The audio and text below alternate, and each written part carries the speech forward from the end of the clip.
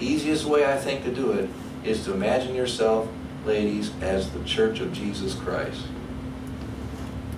This is a great mystery. Amen. Ephesians chapter 5 is not about the husband and the wife. Mm-hmm. It's not about marriage.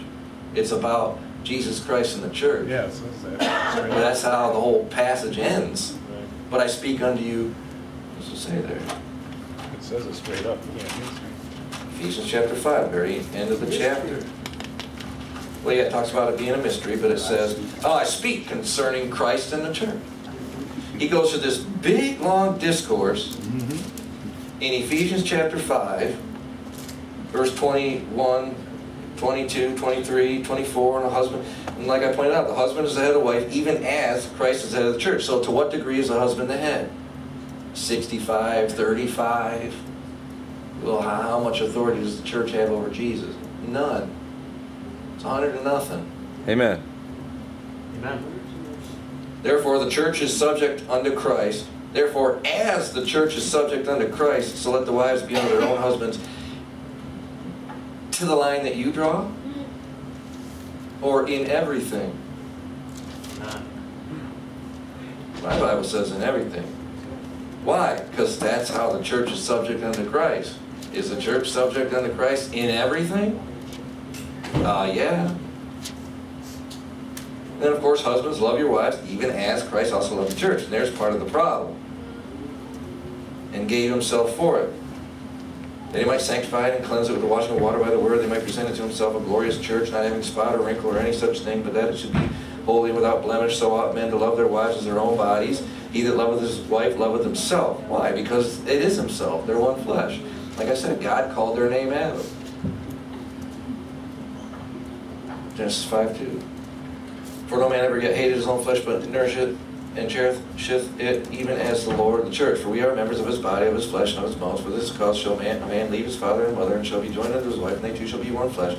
This is a great mystery, but I speak concerning Christ and the church. This isn't even about the marriage.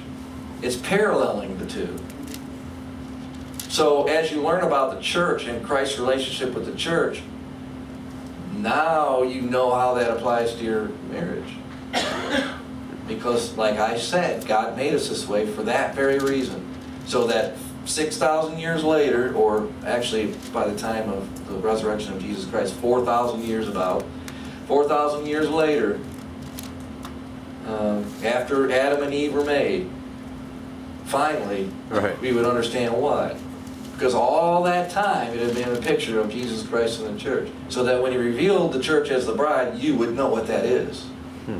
Because, well, you know, like I said, if he made us asexual reproduction that way, then when he says, oh, I speak unto you this mystery, you know, the church is the bride of Christ. Huh? What are brides? What's that?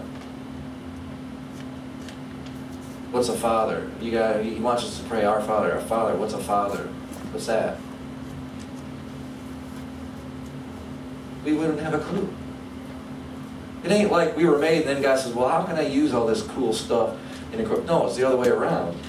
He already knew what all this stuff was going to be and how he could reveal himself to us, so he made us in a way and the planet we live on so that we can understand it. Amen. We know what fire is. It's a cleansing agent. We know what clouds are. We know what water is. We know all this stuff because of the environment we live in. So when Jesus says, I'm the living water, you get it. When he says, I'm the bread of life, oh yeah, it's something that sustains me. It's something that gives me life. Right. It's not all by accident. God made it this way so that he can reveal himself to us simpletons. Right. Part of the program. So if we could teach our children from the very womb these principles here, then number one, our young men would understand their responsibility, because you know, now they're just looking at, oh man, you know, I got a cruddy job. Maybe I can find me a woman with money. You know, it's like, what?